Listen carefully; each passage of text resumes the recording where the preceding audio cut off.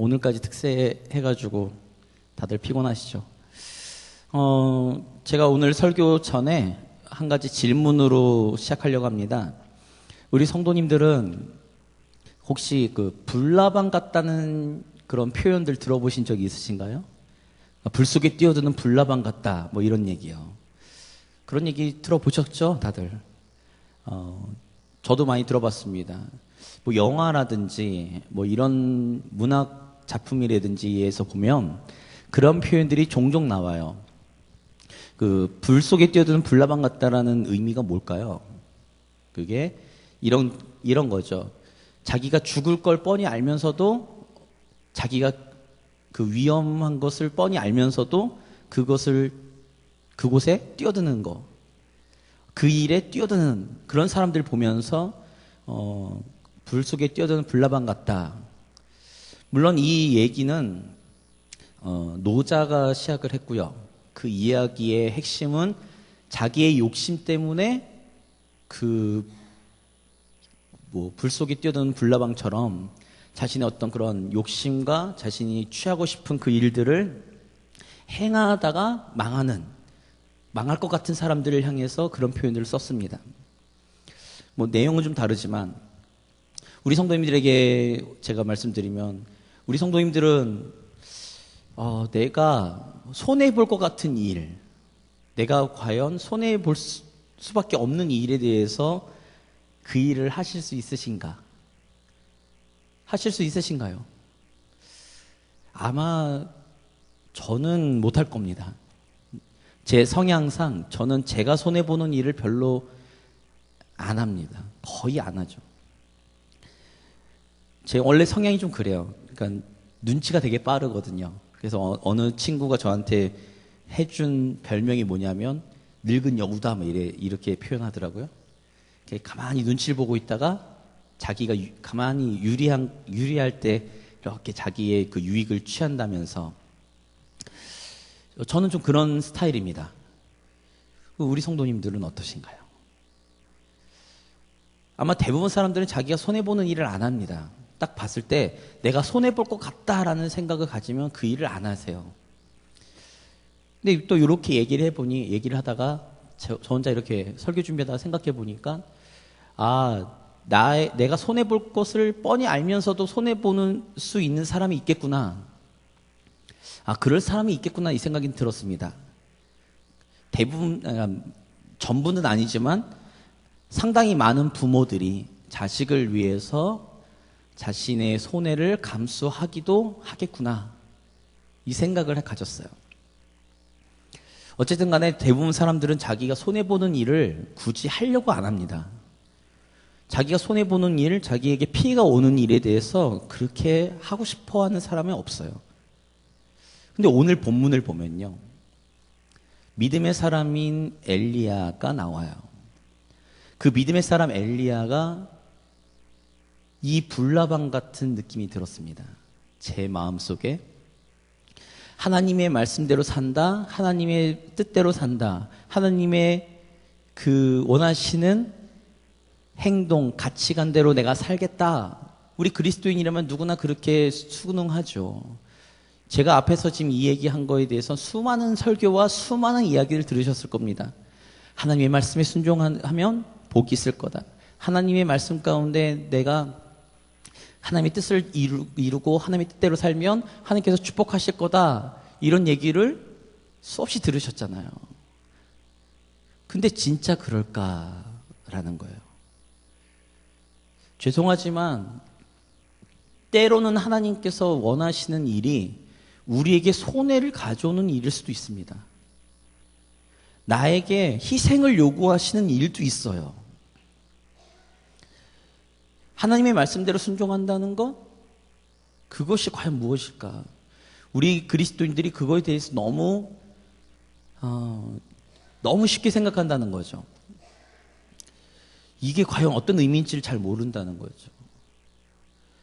오늘 본문의 말씀을 제가 살펴본 건데 이 엘리야에 대한 이야기가 오늘날 우리 그리스도인들에게 주는 믿음으로 어떻게 살아야 되는지에 대해서 저는 잘 보여주고 있다고 생각합니다. 말씀 보겠습니다. 1절의 말씀 한번 같이 읽겠습니다.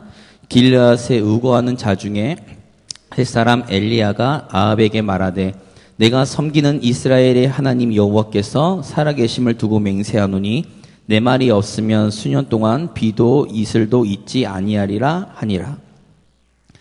이 배경을 좀 아셔야 되는데 지금 북이스라엘에서 활동하고 있는 엘리야입니다. 북이스라엘을 다스리던 그 당시 왕은 북이스라엘 왕들 중에 가장 악하다는 아합 왕이고요. 이 아합 왕의 가장 큰 문제가 뭐였냐면 하나님의 백성이고 하나님이 다스리는 나라의 대리자인 왕인데도 불구하고 우상 숭배가 심했다는 거예요. 하나님을 믿는 선지자들을 막 찾아서 죽였어요. 하나님의 말씀대로 사는 그런 믿음의 사람들을 아합은 죽였습니다. 그 이유가 있었어요. 그 이유가 뭐냐면 그의 와이프였던 이세벨이라는 여인이 그 일에 주도했기 때문에 그렇습니다. 그래서 그 당시에 하나님의 백성이라고 이야기하는 이 이스라엘 사람들 가운데 하나님을 섬기는 사람이 없었어요. 그러다가 짜잔 나타난 거죠. 엘리야가 나타나가지고 하나님을 섬기라고, 너희들이 섬기고 있는 저 우상단지들은 다 가짜고 오직 하나님만이 참된 신이다라고 주장했던 사람이 엘리야입니다. 이스라엘에게 지금 하나님께서 엘리야를 통해서 선포하시는, 아합 왕에게 선포하시는 게 뭐냐면 이스라엘과 아합 왕의 그런 잘못된 행태, 하나님을 떠난 행태, 우상 숭배를 하고 하나님을 저버린, 하나님의 통치를 거부했던 그 이스라엘을 향해서 가뭄이라는 하나님의 진노를 선포하는 거죠. 근데 한 가지 아셔야 될 게 있습니다. 엘리야는 아까도 말씀드린 것처럼 모든 이스라엘 사람들이 하나님을 섬기지 않을 때 그는 담대하게 그 사람들을 향해서, 이스라엘 사람들을 향해서 하나님의 메시지를 전했던 참된 선지자였습니다. 그래서 지금 가뭄에 대해 선포하죠. 가뭄이 있을 거고 그것이 하나님의 진노다라고 선언합니다. 근데 문제가 있어요. 엘리야는 하나님을 올바로 섬겼던 참된 사람이었는데, 믿음의 사람이었는데, 그렇다면 하나님께서 엘리야를 그 가뭄 속에서 빼내 주시든지 아니면 그 가뭄에서 피할 길을 내어 주셔야 되는데 하나님이 그 피할 길을 내어 주지 아니하신다는 거예요. 엘리야가 선언하는데 가뭄이 있을 건데 그 가뭄의 피해를 누구도 볼 거냐면 엘리야도 볼 거예요. 엘리야는 북이스라엘 떠나면 안 됩니다. 하나님께서 떠나기를 원하지 않으셨어요. 그러니까 북이스라엘에 있는 그 순간 자기가 자기 입으로 하나님의 메시지를 선포하지만 그 피해는 참되게 믿고 있는 자신에게도 오는 그러한 하나님의 진노 가운데 있다는 거죠. 우리 성도님들은 과연 그런 일들을 하실 수 있겠냐는 거예요. 하나님의 말씀대로 살았어요. 하나님의 뜻대로 살려고 노력했어요. 참된 믿음을 가지려고 무지 애썼어요. 말씀 가운데 순종하려고 무지 애썼어요. 근데 어려움이 다가와요. 그리고 그 어려움은 내가 받을 것이 아닌데도 나도 같이 받아야 될 거예요. 누군가를 위해서 하나님께서 하나님의 그 메시지를 전하시기 위해서 하나님께서 그 피해를 우리 가운데 허락하신다고 하면 우리는 과연 그 일을 하겠냐는 거예요. 안 하죠. 근데 엘리야는 묵묵하게 하거든요. 여기에서 엘리야의 그 믿음이 있습니다. 그 믿음이 무엇일까? 엘리야는 하나님을 전적으로 신뢰하고 하나님을 전적으로 의지했던 사람이에요. 하나님은 어떤 분이신가요? 자신을 따르는 참된 믿음의 사람들을 그냥 저버리시는 하나님이신가요? 그렇지 않다는 거예요. 비록 그 가뭄이라는 고난 속에 있다고 하지만 하나님의 손길과 하나님의 그 인도하심이 엘리야 가운데 있다는 거예요. 하나님의 말씀대로 한 걸만큼 순종해 나가면 궁극적으로는 하나님께서 역사하시는 거예요. 그러나 그 한 걸음 한 걸음 걸어가는 그 과정 속에 우리의 믿음이 필요하다는 거죠. 엘리야에게 어떤 믿음이 있었는가 보겠습니다. 함께 말씀 보겠습니다. 2절부터 4절입니다. 같이 읽겠습니다. 여호와의 말씀이 엘리야에게 임하여 이르시되 너는 여기서 떠나 동쪽으로 가서 요단 앞 그리 시냇가에 숨고 그 시냇물을 마시라. 내가 까마귀들에게 명령하여 거기서 너를 먹이게 하리라. 가뭄이 시작돼요. 가뭄이 시작되는데 엘리야를 하나님께서 보호하시겠다는 거죠. 그 보호하시겠다는 두 가지 조건이 있습니다. 뭐냐면 그리 시냇가로 가라는 거예요. 성서 지리학으로 보면 요단강이 있잖아요. 요단강이 가장 큰 강이거든요. 그 요단강에서 삐져나온 시냇물이 그리 시냇가예요. 지금 저희 한국을 잠깐 예를 들면 큰 저희 한강이 있잖아요. 한강에 곳곳에 뭐 안양천 뭐 이렇게 뭐 천들이 있잖아요. 그런 천들이에요. 그게 그리 시냇가입니다. 그리 시냇가에 머물어서 그리 시냇가에 있는 시냇물을 마시라는 거죠. 생각해 보세요. 가뭄이 시작됩니다. 그러면 가장 먼저 마를 곳이 어딜까요? 아니, 가장 먼저 마를 곳이 어딜까요? 요단강일까요? 시냇물이죠. 그게 제한적인 거예요. 인간의 지식과 인간의 가치로 경험이 좀 있는 사람들이 보면요, 그리 시냇가에 머무는 거는요, 장기적인 안목이 아니에요. 하나님께서는 그리 시냇가로 가라고 했는데 그거는 곧 마를 시냇물이기 때문에 장기적으로 나를 보호해주고 내가 의지할 것이 아니에요. 오히려 요단강에 가야죠. 요단강에 가가지고 거기에서 버텨야죠. 가장 가뭄이 시작되면 가장 먼저 말할 것이 그리 시냇가인데 그리 시냇가로 가래요. 거기 있는 샘물을 마시래요. 그러니까 그 시냇물을 마시래요. 제한적입니다. 두 번째가 하나님께 약속하신 게 뭐죠? 거기 4절에 보면 하나님께서 까마귀들에게 명령하여 너를 먹이겠다라는 거예요. 우리 성도님들 까마귀가 무엇을 먹는지 혹시? 죽은 걸 먹죠. 까마귀가 먹는 고기는요, 죽은 고기입니다. 그러면요, 까마귀가 물어다 주는 음식은요, 뭘까요? 시체의 조각이에요.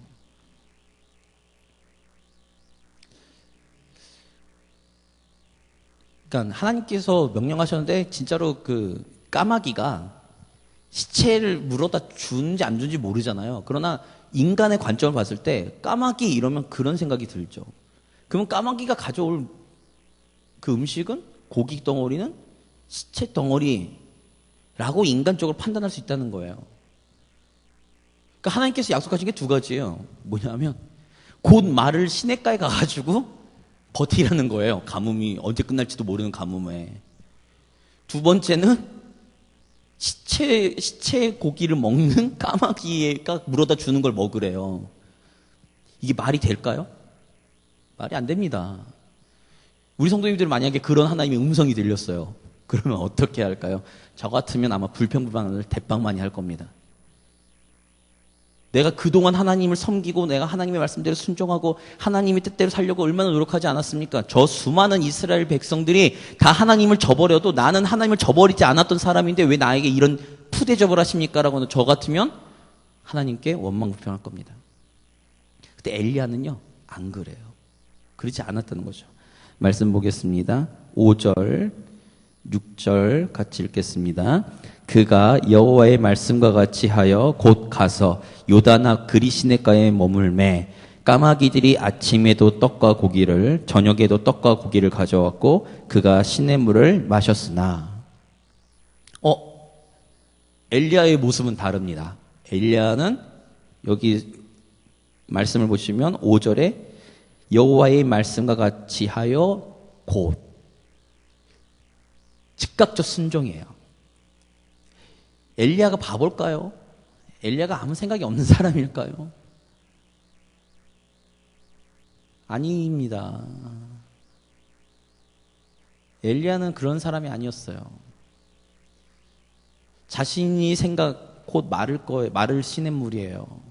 그리고 곧 이 음식이 어디서 오는 음식, 출처도 알 수 없는 음식을 가져오는 그 까마귀들이 주는 음식을 먹으면서 내가 살 수 있을까? 그런데 자신의 것들을 내려놓고 하나님의 음성에 순종해 가기 시작하는 거죠. 제 예상이 틀리나 맞는가 보세요. 7절 말씀 같이 보겠습니다. 같이 봅니다. 땅에 비가 내리지 아니하므로 얼마 후에 그 시내가 마르니라. 오래 버티지도 못했어요. 금방 시냇물이 말랐어요. 가뭄이 시작되니까 제일 먼저 마르는 게 시냇물이라니까요. 근데 그 물이 말랐어요. 사실입니다. 그러면 이 뻔히 보이는 이 일들을 하나님께서 요구하셨어요. 우리에게. 내가 손해보는 일을, 내가 손해보고 내가 오히려 그 불구덩이에 뛰어드는 것처럼 보일 수 있는 그 일에 하나님께서 야, 내가 너를 통해서 그곳에 무슨 일인가를 하길 원한다 라고 하실 때 과연 내 손해, 내가 받을 그 피해, 그것을 다 감수하고도 그 일을 뛰어드실 수 있냐 이거예요. 우리가 하나님의 말씀에 순종한다는 것에 대해서 이 정도의 무게감을 갖고 가셔야 됩니다. 믿음의 사람이라고 하는 아브라함은 어떤가요? 자신이 100세에 낳은 아들 이삭을 제단에 바쳤어요.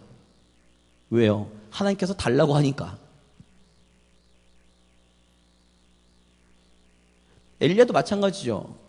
하나님의 말씀이 임했어요. 그런데 자기의 생각은 전혀 이건 아닐 것 같거든요. 이거는 정말 죽을 자리일 수 있거든요. 그런데도 갔어요.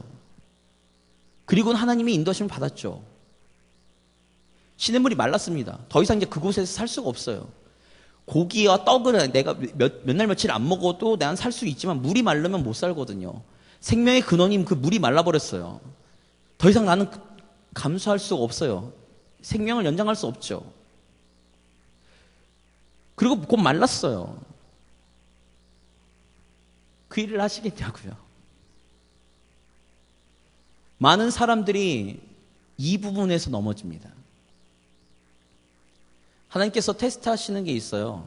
믿음을 테스트하실 때 그 테스트가 우리가 이거 순종할 수 있어 라고 하는 걸 하나님께서 요구하지 않으십니다. 하나님께서 요구하시는 것은 내가 과연 이걸 해야 되나? 라는 생각을 갖게 만드는 것을 하나님께서는 네가 한번 해봐. 나를 위해서 라고 내놓으라고 하세요. 거기에 대부분 그리스도인들은 하나님 손에 맡기지 못합니다. 하나님 손에 자신의 삶을 맡기지 못합니다. 엘리야는 자신의 가치, 자신의 생각, 자신이 가지고 있는 지식, 자신이 가지고 있는 경험, 그 모든 걸 다 내려놓고 하나님의 손에 자신의 삶을 맡겼어요. 그러니까 하나님께서 시키는 대로 하는 거예요. 어찌 보면 바보처럼 말이죠.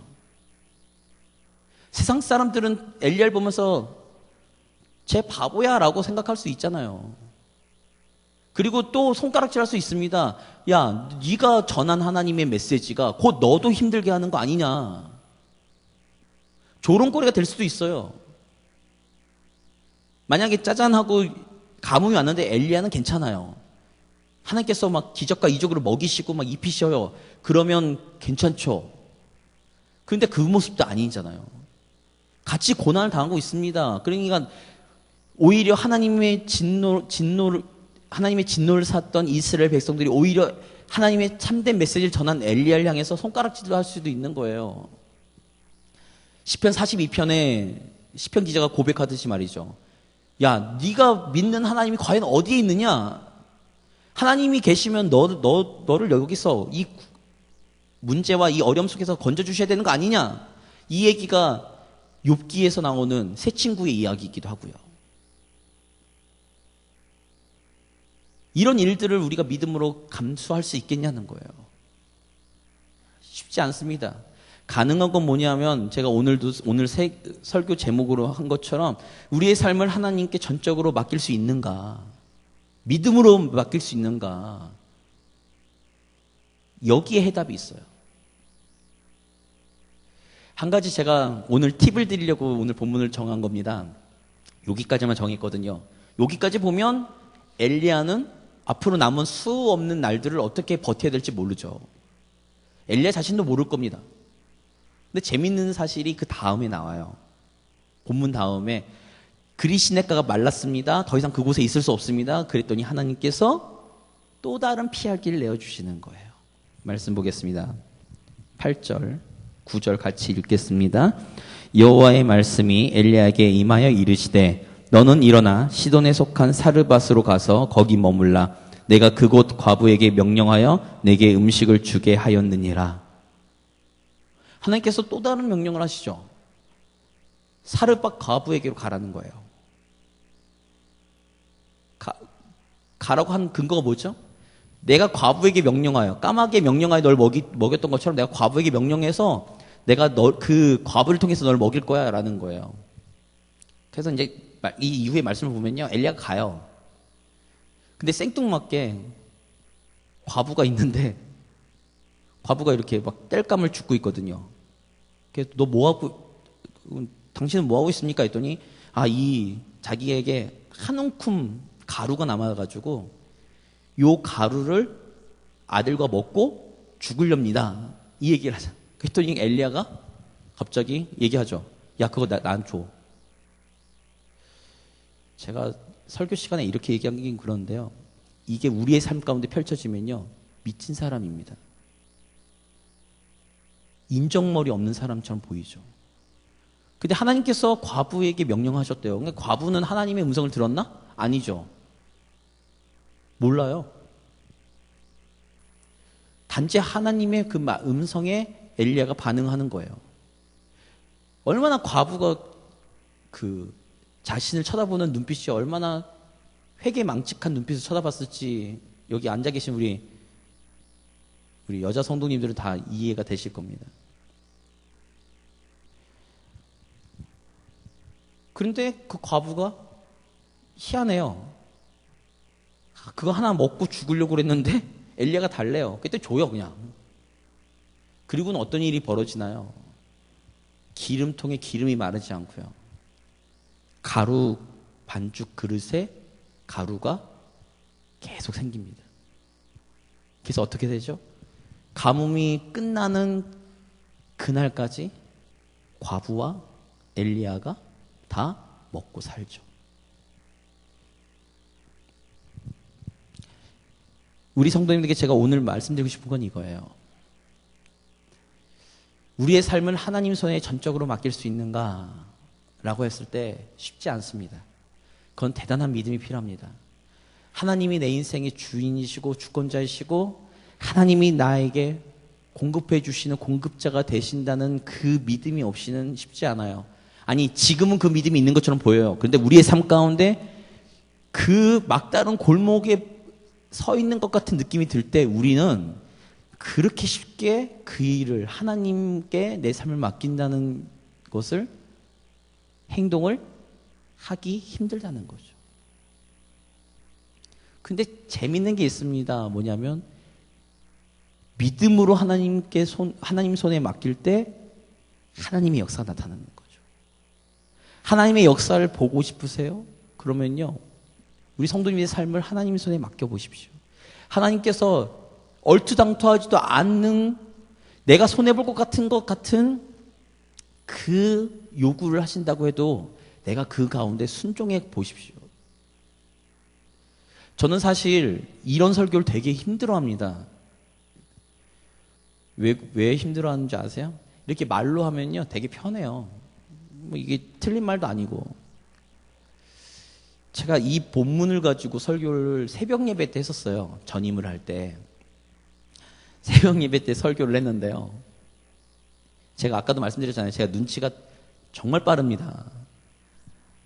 그렇게 안 보이잖아요. 눈치가 빠르게 안 보이는데 제가 눈치가 정말 빨라요. 새벽 예배 이 본문을 가지고 설교하고 며칠이 지났어요. 새벽 예배가 끝났습니다. 그리고 끝나서 이제 뒷정리하고 전 잠시 집에 갔다가 출근하려고 뒷정리를 하는데 어느 청년이 하나 왔어요. 오더니 주저리 말을 하기 시작한 거예요. 자기 사정에 대해서. 주저리 말을 하는데 가만히 듣고 있으니까 이 사람이 저를 속이고 있는 느낌이 들었어요. 그러면 어떻게 해야 되죠? 뭐 10,000원, 20,000원만 달래요. 저 돈이 하나도 없었거든요. 돈이 하나도 없었습니다. 가지고 있는 돈이라고는 공금 한 30,000원 있었어요. 교회 돈. 그러니까 뭐 돈도 없겠다. 그냥 가라고 하면 되죠. 그 제가 뭐 전도사기 때문에 뭐 이런 체면도 없어요. 저는 아니면 아닙니다. 별로 그 신경 안 쓰거든요. 근데 얘기를 가만히 듣고 있어서 아, 이 사람이 나를 속이고 있네? 이 사람 말에 신빙성이 없네? 이 생각이 딱 들었는데 한쪽에서 며칠 전에 했던 이 본문의 설교가 생각이 나는 거예요. 제 입으로 했던 설교가요. 그러면서 하나님께서 그렇게 말씀하신 제 마음의 문을 두드리시는 거죠. 지금이 너의 믿음을 보여줄 때야 라는 거예요. 그래서 제가 속으로 얘기는 계속 듣고 있으면서 제 속으로 하나님께 물어봤습니다. 하나님, 저 돈이 없는데요? 그랬더니 야, 지금 너 교회 돈 있고 그거 주면 네 돈으로 채우면 네 거잖아. 네가 도와준 게 되잖아. 그건 아닌 것 같습니다. 그러고는 한 20분 내면 갈등을 가졌죠. 그리고는 도와줬습니다. 결국엔 하나님의 말씀에 순종해야 되니 도와주고 뒤돌아서 제가 얼마나 속상했는지 몰라요. 제가 굉장히 자존심이 높거든요. 자존감도 높고 누군가 날 무시한다는 생각이 들면 정말 못 견뎌하는 성격인데 딱 해서 보내고 난 다음에 딱 드는 생각이 아, 저 사람이 나를 바보 취급하면 어떡하지? 그게 못 견디겠는 거예요. 그리고는 하나님께 다시 기도했습니다. 하나님의 말씀에 순종한 건 좋은데 저 사람이 나를 우습게 보고 나를 바보 취급하면 어떡하죠? 그랬더니 하나님께서 한마디 하십니다. 성경에 있는 모든 위인들은, 믿음의 사람들은 다 세상 사람들이 볼 때 그렇게 보인다고. 하나님의 말씀에 순종하면 누가 인정해 주는가? 세상 사람들은 널 다 손가락질을 할지 몰라도 내가 인정해 주면 되지 않는가? 그 말씀에 제가 위안을 받았습니다. 우리 성도님들에게 제가 말씀드리고 싶은 거는 제가 간단한 제 삶에 대한 이야기를 잠깐 나눴는데 제가 드리고 싶은 얘기는 이거예요. 하나님 손에 우리의 삶을 맡긴다는 것은 내가 손해볼 것 같은 하나님의 뜻대로 살면 내가 손해볼 것 같고 사람들이 나에게 손가락질할 것 같은 그 가운데서도 내가 하나님의 말씀대로 순종해 살려고 하는 모습, 그 이유가 나의 전부이신 하나님 그리고 나의 선한 목자 되신 주님이기 때문에 나의 한 걸음 한 걸음 이 말씀에 나는 앞길을 모르지만 내 인생길을 모르지만 내 모든 길을 알고 계신 하나님의 말씀에 그 순간순간 내가 순종해 나가다 보면 하나님께서 그 고난 중에서 나를 이끌어내시고 그 고난 속에서 하나님의 역사를 바라보게 하시고 그 고난 속에서 하나님의 일하심을 나의 삶을 통해서 역사하신다는 사실이에요. 저는 한 가지 소원합니다. 저도 그렇게 살려고 지금도 무지 애쓰고 있는 사람 중에 한 사람이니 우리 앉아 계신 성도님들도 삶 가운데 하나님의 말씀대로 순종하는 오른밤을 때리면 왼밤을 대라면서요. 이거 말도 안 되는 얘기잖아요. 손해보는 일이잖아요. 구제를 해주래요. 오른손이 모르게 왼손이 하래요. 그러면 그것 내가 손해보는 일이잖아요. 누군가를 사랑하래요. 누군가를 사랑하는데 누구까지 사랑하래요? 원수까지 사랑하래요. 원수까지 사랑할 수 있는가요? 내가 손해보는데. 그런데 하나님께서는 그걸 요구하고 계신다는 거죠. 근데 그 일을 감당할 수 있는 것은 단 하나. 하나님, 나의 모든 것을 아시고 나의 선한 목자 되신 주님의 그 말씀에 한 걸음 한 걸음 그것이 지켜지든 안 지켜지든 간에 한 걸음 한 걸음 순종해 나가려고 하다 보면 나중에 엘리야가 갈멜산에서 놀라운 하나님의 역사를 보여준 것처럼 오늘 이 시간 우리의 삶 가운데서도 하나님의 놀라운 역사를 바라볼 줄 믿으시기 바랍니다. 하나님은 우리를 그냥 버려두지 아니하십니다. 하나님은 우리와 함께하고 계시고요. 우리의 어려움을 알고 계세요.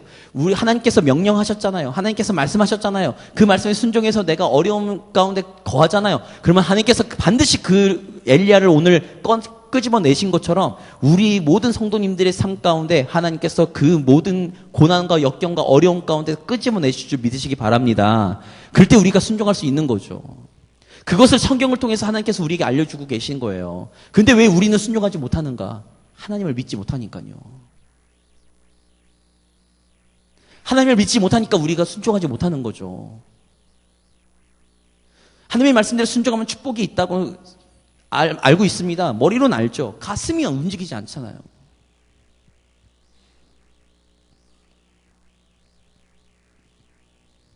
저는 저의 삶 가운데 보면서도 하나님은 역사하신다는 걸 알아요. 그러니까 묵묵히 이 길을 걷고 있습니다.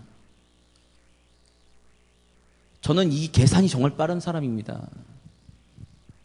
그럼에도 불구하고 그것을 내려놓고 하나님의 말씀에 순종해서 이 길을 묵묵히 걸어가고 있는 이유는 하나님이 나의 전부이시고 나의 선한 목자 되시기에 오늘 어려움 가운데 있다 할지라도 그 어려움 속에서 하나님의 말씀대로 순종하면 반드시 하나님께서 나의 삶 가운데 푸른 초연과 쉴만한 물가로 인도하시고 궁극적으로는 하나님의 영광 가운데 나를 참여시켜 주실 그 하나님을 믿기 때문에 오늘도 묵묵히 이 길을 걷고 있으니 오늘 시간 함께 예배드리는 우리 모든 성도님들도 묵묵히 하나님의 말씀 가운데 순종하며 하나님의 백성으로 하나님의 자녀답게 사시려고 노력하실 때 우리 성도님들의 모든 문제 가운데 하나님의 역사가 나타날 줄 믿고 그걸 결단하는 시간이 되기를 주님의 이름으로 기도합니다.